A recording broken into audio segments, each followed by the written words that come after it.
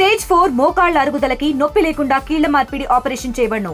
Doctor Ramesh Gajula, endoscopic spine ortho surgeon and pain physician, Panacea spine pain ortho and sleep centre, Uppal, Hyderabad. తునిలో సంచలనంగా మారినటువంటి ఘటన, అలాగే మైనర్ బాలికపై అలాగే 65 సంవత్సరాలకు సంబంధించినటువంటి వృద్ధుడు ఆ ఘాతకాన్ని కొడిగట్టిన ఘటన అయితే సంచలనంగా మారింది. ఈ నేపథ్యంలో ఈ కేసు అయితే మరో మలుపు తిరిగినటువంటి పరిస్థితి ఉంది. ఎవరైతే ఈ విధంగా పాల్పడినటువంటి వ్యక్తి ఎవరైతే ఉన్నారో అతనైతే ఈ చెరువులో పడి ఆ బలవత్మరణానికి పాల్పడినటువంటి పరిస్థితి ఉంది. అలాగే ప్రస్తుతం పెద్దాపురం డిఎస్పీ శ్రీహరిరాజు గారు ఉన్నారు. ఘటన ఏ విధంగా జరిగింది, ఈ కేసుపై ఏ విధంగా ముందు కేసు నమోదు చేసి ఏ విధంగా దర్యాప్తు చేస్తున్నారు, అసలు ఎన్ని గంటల ప్రాంతంలో ఈ ఘటన జరిగిందో మరిన్ని విషయాలు తెలుసుకునే ప్రయత్నం చేద్దాం. సార్ చెప్పండి, ఈ ఘటన ఎలా జరిగింది? నిన్న 24 గంటల ముందు ఇంకా అతను అయితే అదుపులో తీసుకున్నట్టుగా తెలుస్తుంది. మొత్తం కేసు అయితే పక్కన జరుగుతుంది. ఈ క్రమంలో ఏ విధంగా జరిగింది సార్? నిన్న సాయంకాలం మీ అందరికీ తెలిసిందే, తుల్లో పత్రికా సమావేశం పెట్టి ఈ అరెస్ట్ వివరాలు ప్రకటించడం జరిగింది. ఈ అరెస్ట్ వివరాలు ప్రకటించిన తర్వాత రికార్డ్ అంతా కంప్లీట్ చేసిన తర్వాత వెంటనే కోర్టు ముందు ఉంచాలన్న ఉద్దేశంతో రాత్రి 10:30 ప్రాంతంలో కోర్టుకు పంపించడం జరిగింది. ఎస్కార్ట్ ఇచ్చి మార్గ మధ్యలో అతను నేచురల్ కాల్స్ కోసం రిక్వెస్ట్ చేయడం, మన వాళ్ళు అతని కోరిక మన్నించి అతనికి అవకాశం ఇవ్వడం జరిగింది. అక్కడ పక్కన ఏదైతే చెరువు ఉందో అక్కడ వర్షం కూడా, వాతావరణం కూడా అనుకూలించలేదు, లైటింగ్ లేదు. వీళ్ళు చూస్తే ఆ వ్యక్తి కనిపించకపోవడం, తర్వాత వాళ్ళని అడిగితే ఏమన్నారంటే ఒక చిన్న శబ్దం అయితే వచ్చిందని చెప్పారు. తర్వాత ఆ విషయం తెలిసిన తర్వాత నేను, మన తుని టౌన్ సీఏ గారు, రూరల్ సీఏ గారు అందరూ కూడా స్పాట్కి వచ్చి మేము కూడా ఇటుపక్క ఇల్లు ఉండొచ్చు ఏంటని చెప్పి కొంతవరకు ప్రయత్నాలు చేసాం. తర్వాత ఫైర్ సర్వీస్ వారికి ఇన్ఫర్మేషన్ ఇచ్చాం, వారు కూడా వచ్చారు. తర్వాత గజేతగాల గురించి ట్రై చేసాం, కానీ ఆ టైంలో మాకు అందుబాటులోకి రాలేదు. ఈరోజు మార్నింగ్ గజేతగాలు వస్తే కేసు అవుట్ చేయడం జరిగింది. రాత్రి ఎన్ని గంటలు జరిగింది సార్? కరెక్ట్గా ఘటన ఎన్ని గంటలు జరిగింది సార్? అంటే పోలీస్ స్టేషన్ నుంచి 10:30 ఆ ప్రాంతంలో బయలుదేరాడు. ఆ విషయం కోర్టు కూడా తెలియపరిచాం సూపరింటెండెంట్ గారికి. ఇలాగ ఎస్కార్ట్ తీసుకొస్తున్నామండి, ఇలాగ ఏమైనా అవకాశం ఉంటే ఈరోజు రిమాండ్ ఇచ్చేస్తే అని చెప్పేసి రిక్వెస్ట్ చేయడం. కోర్టు కానిస్టేబుల్ కూడా, బాబు కోర్టు దగ్గర వెళ్ళి ఉండు, నువ్వు నా వాళ్ళు వస్తున్నారని చెప్పేసి ఆయన కూడా పని. అంటే ఇప్పుడు సరిగ్గా అంటే న్యాయమూర్తి ముందు దీన్ని ఆధారపరిచే క్రమంలో జరిగిన పరిణామం సార్? అంతేనండి, మార్గ మధ్యలో అండి తుని రోల్ పోస్ట్ నుంచి కోర్టుకి వెళ్ళే త్రోవలో ఈ రకంగా దురదృష్టకరంగా ఈ రకంగా. అంటే ఈ ఘటనలో నిన్నంతా ఏం జరిగింది, అసలు సోషల్ మీడియా మీదుగా వీడియో వైరల్ అయిన నేపథ్యంలో మీరు దానిపై పూర్తి వివరాలు ఎలా వచ్చాయి? ఏ వివరాలు? నిన్న జరిగిన అంశం, ఆ కుటుంబ సభ్యులు, ఆ బాలిక కుటుంబ సభ్యులు ఎటువంటి ఫిర్యాదు చేయడం జరిగింది? బాలికకి తండ్రి లేరండి, తల్లి మాత్రం ఉన్నారు. ఆ తల్లి స్టేట్మెంట్ తీసుకున్నాం. అలాగే స్కూల్లోని టీచర్స్, తర్వాత ఇన్ఛార్జ్ ప్రిన్సిపల్ గారు, వాళ్ళందరూ తీసుకున్నాం. అక్కడ అలాగే ఎక్కడైతే అత్యాచారం జరిగిందంటున్నారో ఆ తోట దగ్గర కూడా ఆ తోట కౌలుదారు ఎవరైతే ఉన్నారో ఆయన స్టేట్మెంట్ తీసుకున్నాం.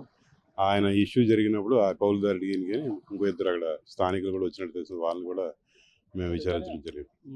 హాస్టల్ వారిని కూడా విచారణ లెటర్ కూడా వాళ్ళ పర్మిషన్ తీసుకుని వెళ్ళారంటూ ఇటువంటి ఎంక్వైరీలు ఏమైనా ఫీల్ అయ్యండి? పర్మిషన్ తీసుకోవడం కరెక్ట్ అండి.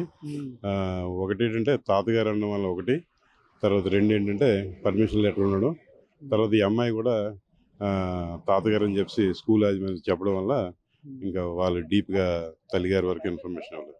కుటుంబ సభ్యులు అంటే పలు రకాల అనుమానాలు వ్యక్తం చేస్తున్నారు, దానికి ఏ విధంగా చెప్పాలి సార్? కుటుంబ సభ్యులు వారికి కూడా వాస్తవాన్ని అర్థం చేసుకున్నారు. వారికి కూడా రిపోర్ట్ ఇవ్వమని చెప్పాము. రిపోర్ట్ ఇచ్చిన తర్వాత దాని ప్రకారం మనం పూర్తి స్థాయిలో దర్యాప్తు చేస్తామండి. తర్వాత ఇది జ్యుడిషియల్ పరిధిలో ఉంది కాబట్టి ఈ దర్యాప్తులో కూడా మ్యాక్సిమం స్థానిక ఎంఆర్ఓ గారు, స్థానిక ఆర్డీఓ గారు సహకారం తీసుకుంటారు. వాళ్ళు కూడా తప్పు చేస్తే అతను శిక్షించవచ్చు, కానీ కుటుంబ సభ్యుల్ని ఈ విధంగా ట్రోల్ చేస్తున్నారు అని చెప్పుకొస్తున్నారు, వాళ్ళపై ఏమైనా చర్యలు తీసుకుంటారు? అది చాలా తప్పండి. అది నిన్నటి నుంచి కూడా ఆ విషయం చెప్తున్నాం. నిజంగా అలాంటి విషయం ఏదైనా ఉంటే మా దృష్టికి వస్తే తప్పకుండా చర్యలు తీసుకుంటాం.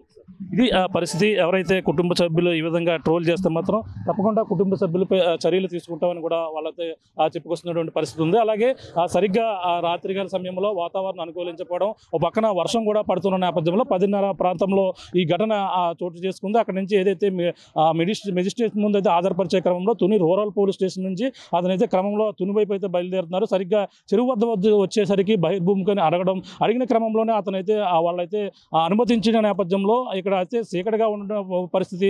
ఒక్కసారిగా శబ్దం వచ్చింది. కానిస్టేబుల్ వాళ్ళు కూడా ఏం జరిగిందని తెలుసుకునే క్రమంలోనే ఒక్కసారిగా అతనైతే ఆ చెరువులో పడిపోయినట్టుగా వాళ్ళైతే గుర్తించారు. చెరువులో పడిపోయారా, మొదటగా బయటికి ఎక్కడికైనా పరారయ్యారనేది కూడా కోణంలో అయితే పూర్తిగా రాత్రి అంతా కూడా వెతికించాము. అలాగే ఫైర్ సిబ్బంది కూడా వచ్చారు. అన్ని కూడా వెతికిన నేపథ్యంలో ఆ యొక్క ఇది కూడా లభ్యం కాలేదు. రాత్రి అనుకూల వాతావరణం లేకపోవడంతో ఉదయం మళ్ళీ గాలింపు చర్యలు చేపట్టిన నేపథ్యంలో ఇక్కడ చెరువులోనే తన యొక్క మృతదేహం అయితే లభ్యమైందని కూడా పోలీసులు చెప్పుకొస్తున్నారు. ఈ ఘటనపై నిన్న నుంచి కూడా చూసాం. మొత్తం అందరూ కూడా కుటుంబ సభ్యులు, బాలిక కుటుంబ సభ్యుల వెర్షన్ అన్ని కూడా తీసుకుని ఎవరైతే వీడియో రికార్డ్ చేశారో ఆ వీడియో చేసినటువంటి రైతు యొక్క వెర్షన్ కూడా తీసుకున్నాం. అన్ని కూడా పూర్తిగా విచారణ చేపట్టి నన్ను సాయంకాల సమయంలో కేసు నమోదు చేసి అలాగే ఈ యొక్క మెజిస్ట్రేషన్ ముందు ఆధారపరిచే క్రమంలో రాత్రికాల సమయంలో ఈ ఘటన జరిగినట్టుగా కూడా పెద్దాపురం DSP ఎవరైతే శ్రీహరిరాజు అయితే చెప్తున్నారో ఈ విధంగా ఆ కుటుంబ సభ్యులపై ఈ విధంగా ట్రోల్ చేసిన వారిపై కూడా కఠిన చర్యలు కూడా తీసుకుంటాం. ఆ తప్పు చేస్తే తప్పు వాళ్ళు కూడా అదే చెప్పుకొస్తున్నారు. తప్పు చేస్తే అతను చేసిన తప్పే. అలాగే మొత్తం దీన్ని అయితే కుటుంబ సభ్యులందరూ కూడా ఫోటోలు పెట్టి ఈ విధంగా వైరల్ చేయడం కూడా సరైనది కాదని కూడా వాళ్ళైతే ఒక పక్కన కుటుంబ సభ్యులు కోడలు ఎవరైతేనో కోడలు అయితే ఆవేదన వ్యక్తం చేస్తుంది. మరో పక్కన దీనిపై కూడా పోలీసుల్ని అడిగిన నేపథ్యంలో ఈ విధంగా ట్రోల్ చేసిన వారిపై కూడా కఠిన చర్యలు తీసుకుంటామని కూడా చెప్పుకొస్తున్నారు. మరి చూడాలి ఈ ఘటన ప్రస్తుతం ఈ యొక్క నారాయణరావు ఈ విధంగా తనైతే మృత్యువాత పడడంతో మరి కేసు మరి ఏ విధంగా ముందుకు వెళ్తుంది, దీనిపై మొత్తం ఏ విధంగా విచారణ కొనసాగుతారు, అసలు ఈ ఘటన ఎటువంటి మలుపులు తిరిగే అవకాశం ఉందని కూడా తెలియాల్సిన పరిస్థితి అయితే ప్రధానంగా ఉందని చెప్పాలి. ప్రస్తుతం పోలీసులపై అనేక అనుమానాలు అయితే ప్రస్తుతం కుటుంబ సభ్యులకు ఉన్నప్పటికీ ఈ విధంగా మరి చనిపోవడం, మరి ఎలా చనిపోయారు, ఈ విధంగా ఎందుకు చేశారనేది కూడా కుటుంబ సభ్యులు చెప్తున్నటువంటి వాదన. మరి చూడాలి మరి దీనిపై పోలీసులు ఏ విధంగా ముందుకెళ్తారో కూడా తెలియాల్సిన పరిస్థితి ప్రధానంగా ఉందని చెప్పాలి. ఇది కూడా ఉన్న తాజా పరిస్థితి. అనిల్తో ప్రకాష్, RTV, తులు నుంచి. తెలుగులో ఫాస్టెస్ట్ న్యూస్ ఇప్పుడు కొత్త అవతారంలో 5 సెకండ్లోనే పూర్తి వార్తా సమాచారం మీ చేతిలో. సోషల్ మీడియా ట్రెండ్స్ మీ కళ్ళ ముందుకే live TV and voice search ఆప్షన్స్తో ఇప్పుడే డౌన్లోడ్ చేయండి. యాప్ లింక్ డిస్క్రిప్షన్లో ఉంది.